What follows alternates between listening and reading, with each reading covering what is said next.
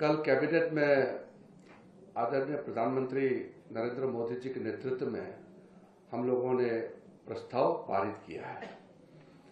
भारत दुनिया का सबसे बड़ा लोकतंत्र है और इतना बड़ा लोकतांत्रिक देश में लोकतंत्र जीवित रहे, ये हम सबका जिम्मेदारी है। और मैं आज जब आपसे मुखातिब हो रहा हूं तो इसको किसी एक पार्टी से जोड़ के ना देखें। लोकतंत्र को बचाना हर एक भारतीय का जिम्मेदारी है।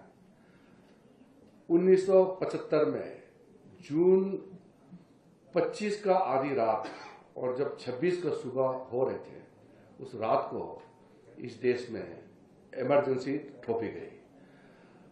इमरजेंसी का सबसे बड़ा प्रकोप जिसको नुकसान हुआ है, एक तरीके से मीडिया ही है, क्योंकि सबसे पहले तो मीडिया का गला को घोंट दिया गया। इसलिए जब मैं मीडिया से बात कर रहा हूं तो ज्यादा मुझे उजागर करने का कोई आवश्यकता नहीं है, आप भले भांति इसको जानते हैं। आज हम जब 50 साल हो गए हैं इमरजेंसी लागू किए, इसका हम विशेष रूप से जनता का बीच में फिर से एक प्रतिबद्धता के साथ हम इसलिए जा रहे हैं कि दोबारा ऐसा काला दिन कभी ना आए हमारे देश में। इसलिए इसको हम संविधान हत्या दिवस के रूप में भी मनाया जा रहा है। कैबिनेट ने इसलिए पास किया कि कैबिनेट देश को संचालित करने का जिम्मेदारी है और देश का कैबिनेट ने जो रेजोल्यूशन पास किया, इसको जन जन तक ले जाना हमारा दायित्व है।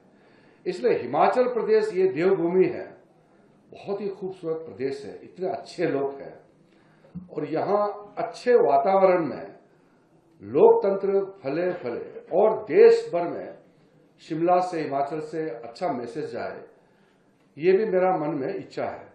इसलिए शिमला एक जमाने में, अंग्रेजों के जमाने में हमारे देश का इन्होंने समर कैपिटल बनाया था। तो मैं पिछली बार जब यहाँ आए थे तो मैंने देखा कि कौन से कमरे में वो वाइस रॉय गवर्नर जनरल बैठ करके वो खिड़की से पूरा हिंदुस्तान को देखता था और संचालित करते थे, वो मैंने देखा है। इसलिए शिमला में आपसे मिल करके ये बात बताना अत्यंत महत्वपूर्ण है।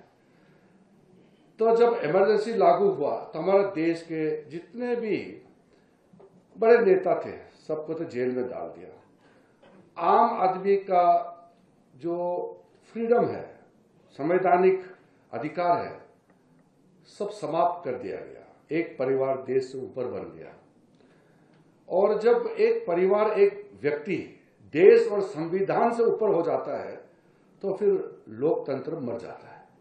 इसलिए इसको 50 साल पहले का घटना करके भूलना नहीं है, बल्कि इसका याद को और ताजा करके लोगों तक, तो पीढ़ी दर पीढ़ी तक बताना चाहिए कि ऐसा हिम्मत कोई नेता, कोई भारत का नागरिक दोबारा ना करे।